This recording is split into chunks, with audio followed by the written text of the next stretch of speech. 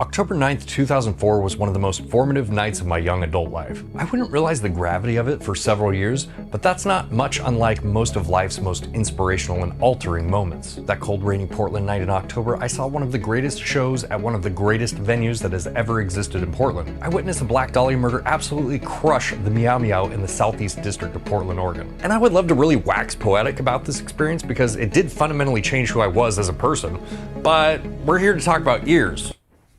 In-ears, specifically. So to tie these things together, when I was congratulating the guys on a great show and how good everything sounded, John, the ex-Black Dahlia Murder guitar player, said, "Oh man, that's awesome. I couldn't hear shit." And one thing that I learned that night after watching one of the best sounding performances I had ever heard that persists to this day is, a lot of the time, guitar players just can't hear themselves. Okay, I know, I'm a guitar player, and according to the stereotype, I am that guy who's constantly turning up his amp to be able to hear himself. I actually learned a long time ago to just live with it and trust the front of house and just do my best if I couldn't hear my guitar solos. Especially at shows, the enjoyment of playing a show far outweighs your tone. But especially during practices, specifically, it would be nice to actually hear myself and the tone that I've spent 4 months crafting. You might be asking yourself, why at practice? You can just turn up the volume without pissing off the sound engineer. Well, stop me if you've experienced this. You turn up your volume just a little bit. God forbid you have another guitar player because they already saw you reaching for your volume and instinctively turned up theirs as well. Either way, now your bass player is turning up. Now your vocalist can't hear their pipes, so they turn up the PA and it's a mess of feedback, and your drummer is redlining, trying to hit those blast beats hard enough to cut through the sloppy mess of noise. I'm sure we've all been there. Well, that's where in-ear monitors come in. It's something that I've dabbled with, using those little personal units that you just plug into the back of your Axe-Fx. And while that technically does work, I've always wanted to try out a unit for a full band, not only to cut down on the noise and subsequent tinnitus, but also so everyone can hear the click and we can all be on the same page with each other, instead of just relying on the drummer like he's some sort of hobbit with the click track on his way to Mordor to destroy it. That anecdote doesn't make a lot of sense here. So I got the opportunity to check out this wireless in-ear system thanks to the kind folks over at Sweetwater and Galaxy Audio. This is the Galaxy Audio AnySpot 4400. It is a 1U quad transmitter that packs 4 discrete 16-channel UHF transmitters into a space-saving rack mount housing. It comes with 4 body pack receivers and 4 sets of EB5 earbuds. And this unit does transmit and receive mono signals, by the way. We'll get more into that later on in this video. And one thing that I think is really cool about the transmitter as well is each channel for the individual body packs also has a headphone out on the front with its own independent volume. What's nice about this is you can quickly plug your headphones into each individual channel to hear the mix that is going into each individual body pack if you need to make adjustments. And this whole package comes in at $499.99 at the time of making this video, which is approximately $124.9975 per band member. So I want to hook this up to my rack of doom, try it out in a band practice, and take you along with me on this journey, finally hearing myself for the first time the way God or Lemmy intended. I'll document any problems I come across with the system and see if it does what I want it to do. As always, I will leave affiliate links for what I'm using here. If you use them, it's good for me and doesn't cost you anything extra. Yay! So now that you know what the is going on here and you have the whole backstory, yeah, there's one big problem though. It's probably easier if I just show you. Okay, so the in-ear monitor system arrived today, and I'm gonna start putting this thing. I have practice Wednesday. Today's Monday. So I have a couple days to get this thing in my rack. Problem, I disassembled my rack recently. I don't know why. So I gotta dig this thing out. There's nothing in there right now, so I'm basically building this thing from scratch, and then I have to put the IEM monitor system in there. I also have another issue. You know, this is a 4-pack IEM system. Each of the packs can have its own mix, so every band member can have their own mix. That doesn't sound like a problem, but the problem I have is that would require a mixer to do, and I don't have a rack mount mixer that I can use. So what I think I'm gonna do is I actually have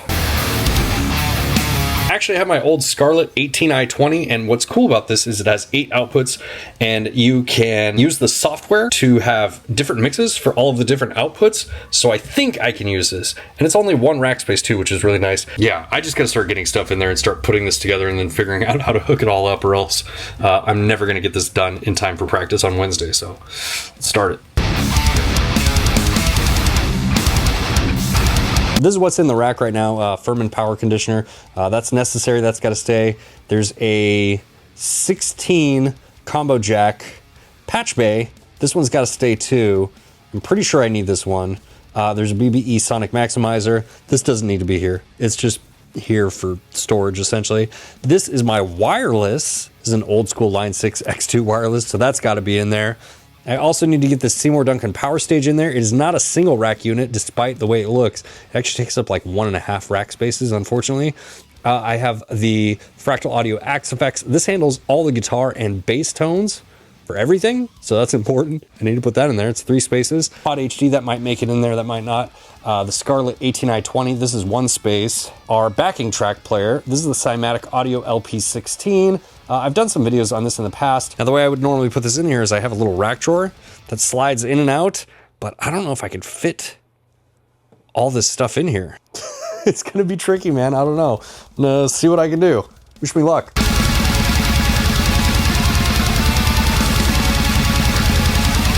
Okay, I think I got the organization on this done. We haven't even started hooking everything up yet.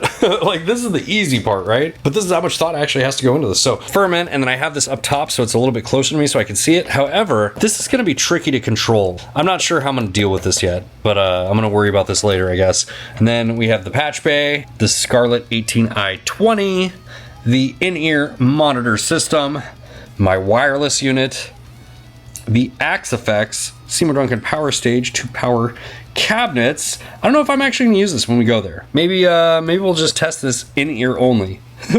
We'll see. But I have this here if I need it. I just need to fasten all this down and then start hooking everything up and then start testing things and troubleshooting things. It's a lot, dude. Doing this is a lot of work.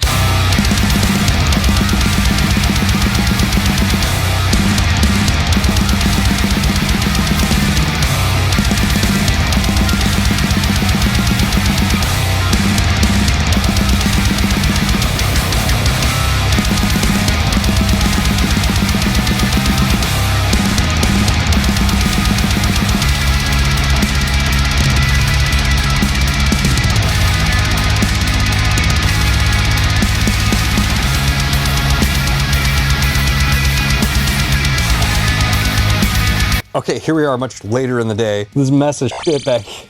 It's terrible. If you're very good at cable management, you're probably making fun of me for how atrocious this looks right now. But I want to do a dry run and just make sure everything works first, and then I'll worry about the cable management, because I don't even know if this is gonna work 100% the way I think it's going to. But essentially, the way that I have everything going in, you can see right here, I have the backing track player. This is going out into different places, like the click is running directly into the Scarlett 18i20, because why would you process the click? The guitar and the bass are running down here into the Axe-Fx, and then I have like synth also that's going into the Scarlett 18i20 as well. Now on the Axe-Fx, I have left and right outputs for everything. On the right side, I have my cabinet simulation. That's set up through the patches. So basically I have the cab simulation side of the output going into the Scarlett 18i20, and then I'm gonna try and run the vocals through one of these as well. That's going into the 18i20, and then my guitar that I'm playing live's going into the 18i20 with the cab sim on. Wireless unit going into the Axe-Fx.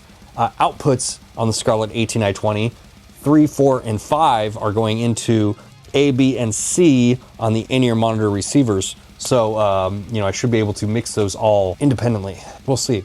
Okay, it's nighttime. Here's the deal. This doesn't work now. I have 48 hours to fix it, shoot all of the footage, and hopefully edit some of it. I gotta silence that for now and focus on this. I'm going to plug in my guitar and my laptop, see if it works.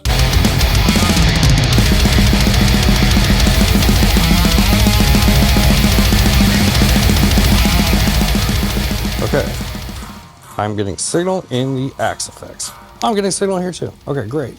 I'm pretty sure I'm gonna be able to record my audio right now.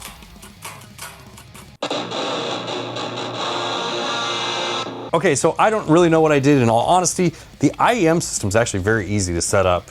Like, you could just accidentally set it up probably. You basically just hold 2 little buttons down, you open that little door, it's a little infrared thing. You just scan it, it'll line up with the transmitter that you're trying to receive from, and that's it. The issue that I had, and hopefully this is helpful to you, if it's not, I apologize for just blathering on, but I have this hooked up to a Scarlett 18i20, and I'm trying to use the mix control to get 3 different mixes into the Galaxy Audio 4400. And I'm not sure, I was tweaking around in the mix control. The volumes were really low and there was a lot of static. Like, it was definitely not enough volume coming out of my ears for me to be able to play. Definitely not in a room with a drummer. And then I just tweaked some levels and changed a patch on my Axe, and then all of a sudden it worked. So I'm not really sure, but You can't hear that, but I can. That's the point. Now the only thing that I really need to deal with is I think I have the wrong size tips because these things keep falling out of my ears.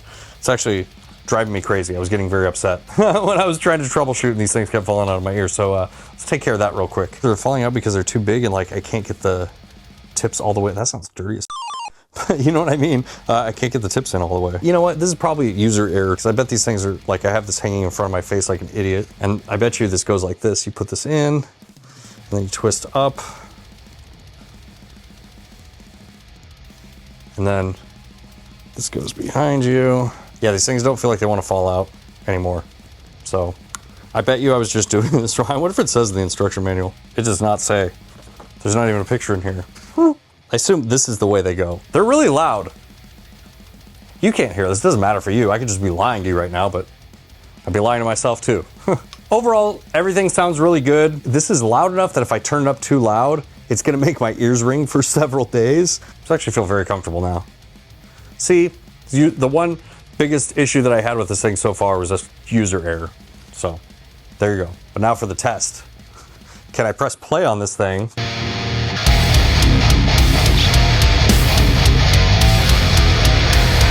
All right, made pretty good progress yesterday. I do have these other packs for the guys to use, and I went ahead and connected these to the 4400 transmitter.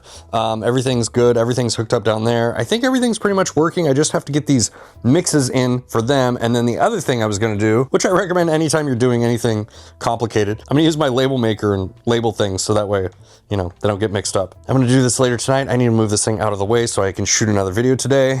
Okay, I have everything together in this rack. Everything is tested. So just to recap, we have the Ferrin, the LP16. This is an in and out patch bay just to make things a little bit easier so I don't have to, you know, get around and dig into the back to connect things. The Scarlett 18i20, this is controlling the different mixes for the AS4400 by Galaxy Audio. This is the in-ear monitor system.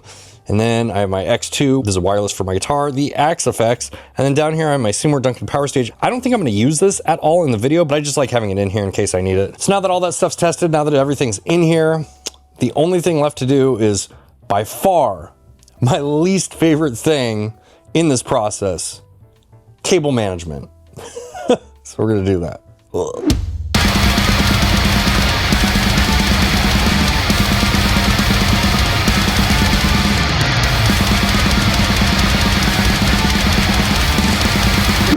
That's all done with, but you know, I think it's okay. It's not the best thing in the world. I'm not really great at cable management.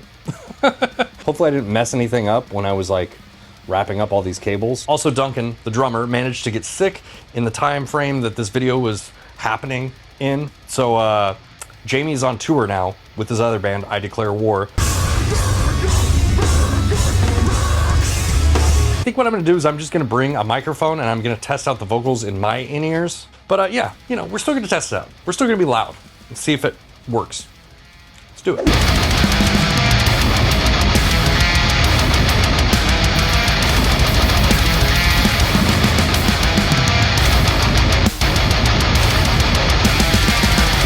Okay, I'm all loaded up. I am headed to our practice space. We're gonna test these in-ear monitors out and see not only if they work for an obnoxiously loud heavy metal band, but if we can actually play much quieter by not having any amps on in the room. I wanna see what it's like to play with no amplifiers or anything. Get my perspective on that, see what that's like. We got this thing hooked up, we have it tested. The way this is gonna work is I'm actually gonna record all of the tracks that are being pumped into the in-ear monitors, so that way you guys can hear them, and then I'll like A/B with just what is actually being played, like what you would actually hear in the room. I'll do some brutal vocals since Jamie's not here.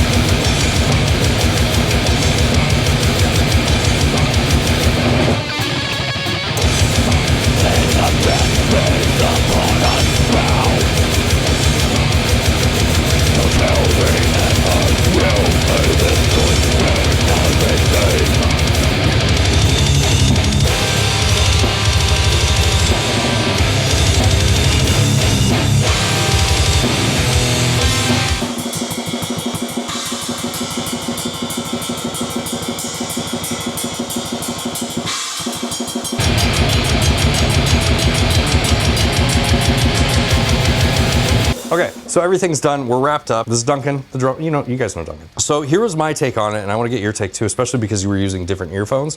I felt like everything was good. I felt like the sort of the weakest link in the chain though was probably the earbuds. And the reason that I say that is because once I turned up the volume loud enough, everything was kind of getting a little bit compressed. That's not to say that it wasn't good enough for, like, I could definitely hear myself. I could definitely hear everything that was going on, but just there was like some of those slight characteristics that started presenting themselves at louder volumes. You were using your own earbuds, so like, what did it sound like on your end?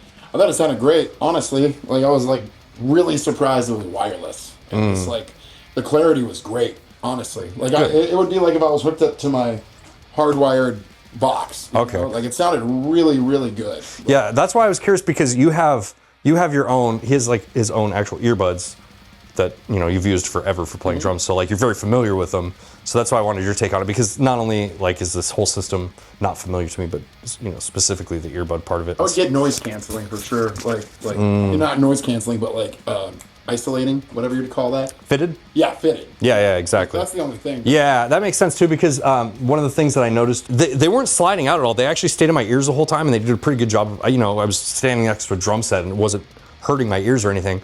So it did dampen the noise enough to protect my ears, but I did have to like push them in occasionally. Like they would just, ever so slightly pop out a little bit and lose the seal on my ears, so I did have to push them in a little bit. And I think that probably if you had actual earbuds that you invested in for the wireless pack, it'd be like even better. Dude, that was fun. Very impressed. Yeah, me too. Okay, so I'm going off script here. I've had a few days to kind of ruminate on my experience, and I just want to say that I think that this was a really excellent decision for my band personally. It was just really awesome to be able to hear myself, not only just to like hear my guitar tone and be able to hear what I was playing, but in such a detailed way that I could actually pick up on stuff that I might have missed otherwise. And I want to speak to the fact that this is a mono unit as well. At first that kind of concerned me because I was like, I want to hear a stereo mix in my earbuds. But to be honest with you, it didn't really bother me at all.